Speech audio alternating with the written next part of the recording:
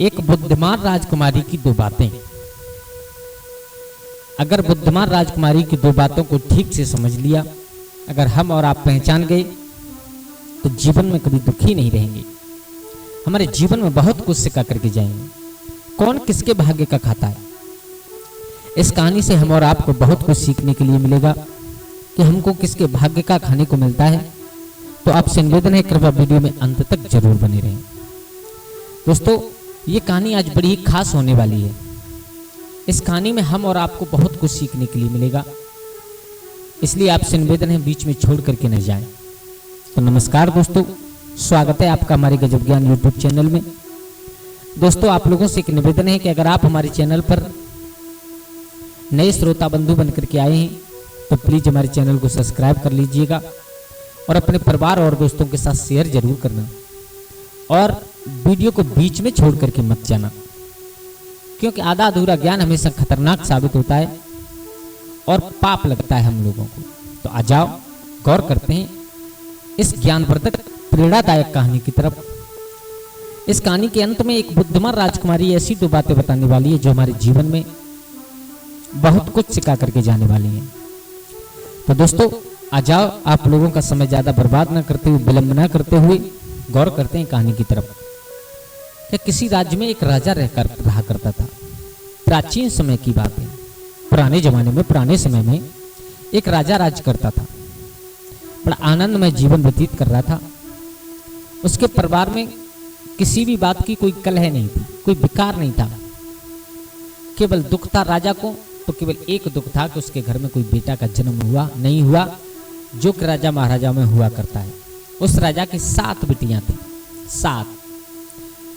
अब राजा सोचता है कि मेरे मरने के बाद इस राज्य का उत्तराधिकारी कौन होगा। लेकिन दोस्तों, उस राजा की नीयत थोड़ी सी गलत थी। क्या गलत थी? उसकी समझ में थोड़ा सा फेर था, क्योंकि बेटा और बेटियां कहीं अलग से नहीं होती। जितना हक बेटा का होता है उतना ही हक बिटिया का होता है। जितना प्यार बेटा से करना चाहिए उतना ही प्यार बिटिया से भी करना चाहिए। बेटा और बिटियाओं में अंतर कभी इंसान को नहीं समझना चाहिए। 7 बेटियां थी, तो राजा 7 बेटियां से प्यार करता था, लेकिन अंदर ही अंदर कुड़ता था कि मेरे आंगन में एक बेटा का जन्म नहीं हुआ। मेरे भैया, जब बेटियां थोड़ी थोड़ी 7 समझदार हुई तो एक दिन उसके पिता ने पूछा, जो राजा था, उसने अपनी बिटियाओं से पूछा, बेटा आज मैं तुमसे एक बात पूछना चाहता हूँ। बोले कहिए पिताजी। बोले आप हमें केवल एक बात बताओ। सबसे पहले जो सबसे बड़ी बेटी थी उसे अपने गोद में बिठा करके उससे पूछा, बेटा तुम किसके भाग्य का खाती हो?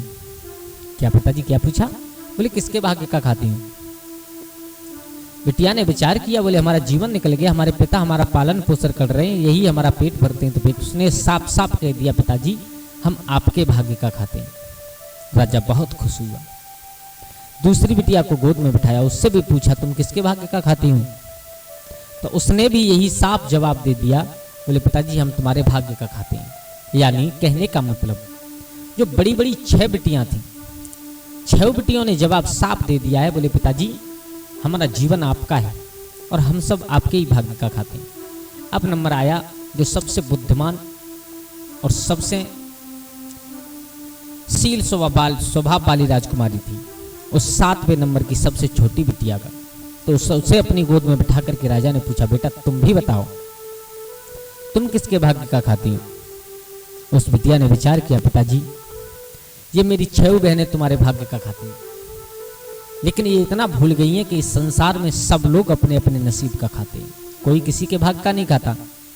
क्या? बोले हाँ सच कह रहे हैं। जिस दिन पुत्र का, बेटा का, या जिस दिन बालक का जन्म होता है, करने लायक कुछ नहीं होता है, लेकिन फिर भी माँ के अंचलों में उसके लिए दूध आ जाता है। सब अपने भाग्य का खाते हैं, कोई किसी का नहीं खाता। मेरे भैया, उस राजा को इतना बुरा लगा, इतना बुरा लगा, उस बिटिया को गोद से उतार करके जमीन पर बिठा दिया, चला गया। अब दूसरे दिन फिर आया, उसने विचार किया, बोले शायद आज कुछ समझ में आ जाए। तो 6 बिटियाओं से फिर पूछा, बोले किसके भाग्य का खाती हूँ? तो 6 ने वही जवाब दिया, बोले पिताजी आपके भाग्य का। 7वीं बिटिया ने आज फिर वही कह दिया, बोले पिताजी चाहे एक दिन पूछिए चाहे रोजाना पूछिए, हमारा तो यही जवाब होगा कि हम तो अपने भाग्य का खाते हैं। मेरे भैया अब तो यहाँ तक बात पहुँच गई कि वो राजा उन बिटिया उस सबसे छोटी बेटी से बहुत घृणा करने लगा। बहुत इतनी घृणा करने लगा कि अब तो घर में रहते हुए उन बिटियाओं में द्वेष भाव पैदा करने लगा। बड़ी 6 बिटियाओं को प्यार की दृष्टि से देखता है, लेकिन छोटी बिटिया से ना बात करता है, ना कोई सम्मान देता है, ना कोई प्यार की दृष्टि से देखता है। मेरे भैया समय निकलता चला गया। समय उपरांत जब 7 बेटियां विवाह के योग्य हुई तो उस राजा ने 7 बेटियों का विवाह किया, लेकिन विवाह करने में भी उसने और एक द्वेष बना दिया। क्या बना दिया कि जो 6 बेटी कहती थी कि हम अपने भाग्य का खाते हैं, उनका विवाह राजघराने में किया। लेकिन जो सबसे छोटी बेटी थी, जो इस बात को कहती थी कि हम पिताजी, जो बड़ी 6 बेटी थी जो कहा करती थी पिताजी हम तो आपके भाग्य का खाते हैं, उनका विवाह राजघराने में कर दिया। और जो सबसे छोटी बेटी थी, जो हमेशा कहा करती थी कि पिताजी हम अपने भाग्य का खाते हैं, उसका विवाह एक बहुत गरीब मजदूर किसान के घर में कर दिया। मेरे भैया उस बेटी ने देखा, बोले मेरे पिता ने मेरे साथ बहुत बुरा किया, लेकिन अब क्या होने वाला है, शादी हो चुकी है, ये मेरे पति हैं और इनका सम्मान करना, इनकी सेवा करना मेरा धर्म है, इनके दुख में साथ देना मेरा धर्म है, इनकी गरीबी में साथ देना मेरा धर्म है। मेरे भैया लेकिन कहते हैं ना कि विधि के विधान को कोई मेट नहीं सकता है, कोई भी। धीरे धीरे समय निकलता चला गया। अब जो बड़ी बड़ी 6 बेटियां थीं जिनका विवाह राजघराने में हुआ था, उस समय उपरांत गरीब होती चली गई। इतनी गरीब हुई कि उनके दाने दाने के लिए मोहताज हो गई।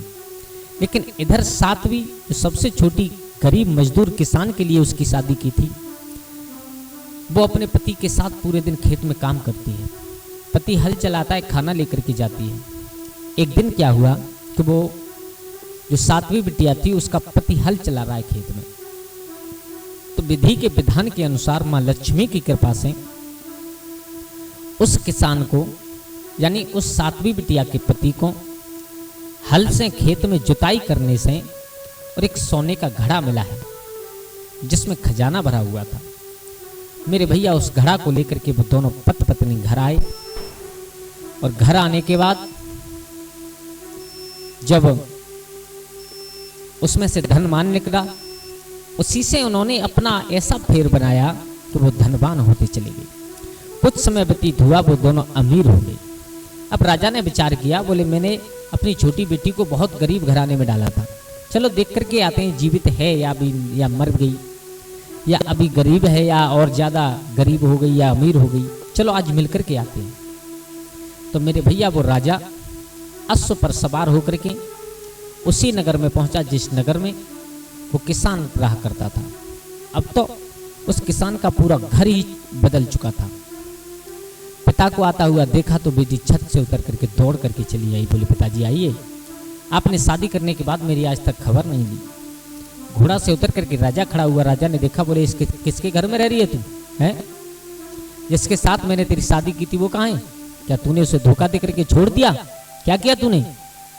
उस बिटिया ने हाथ जोड़े, पिताजी मेरे परिवार में ऐसा कभी नहीं हुआ जो आप सोच रहे हो, मैं उन्हीं के साथ रह रही हूँ। बोले फिर मैंने तो तुझे बहुत गरीब के लिए किया था, है उस बहुत गरीब के लिए तेरा विवाह किया था। बोले पिताजी मैंने आपसे एक बात कही थी ना कि जो भी लोग इस संसार में जन्म धारण करने के बाद आते हैं, सब अपना अपना नसीब लिखवा करके लाते हैं और सब अपने अपने नसीब से खाते हैं। बोले मेरा नसीब, मेरे पति का नसीब कि हम रंग से और इतने अमीर बन गए। मेरे भैया राजा की गर्दन लज्जा से नीचे हो गई। राजा के भी समझ में आ चुकी थी कि आजकल इस संसार में जो कोई भी जन्म लेकर के आता है वो सब अपने नसीब का खाता है। हम 1000 कोशिश करें किसी को बर्बाद करने की, लेकिन जब तक उसका विधाता सीधा है तब तक उसका कोई कुछ नहीं बिगाड़ सकता। हम कुछ नहीं बिगाड़ सकते उसका। और हम 1000 कोशिश करें किसी को अमीर करने की, तो जब तक वो मेहनत नहीं करेगा, अपने कर्म के ऊपर विश्वास नहीं करेगा, तब तक उसे कभी अमीर नहीं बना सकते। तो दोस्तों इस कहानी से केवल हमें यही सीखने के लिए मिलता है कि इंसान जीवन में आकर के, इस दुनिया में आकर के अपने अपने भाग्य का खाता है, कोई किसी के भाग्य का नहीं खाता। कोई एहसान करे कि हम तुम्हें पाल रहे हैं, तुम्हारा पेट भर रहे हैं, तो वो बकवास एहसान है बिल्कुल। तो दोस्तों आशा करता हूँ आप लोगों को वीडियो अच्छी लगी होगी। अगर अच्छी लगी हो तो प्लीज़ अपने परिवार के साथ शेयर करें और हमारे चैनल को सब्सक्राइब करें। धन्यवाद।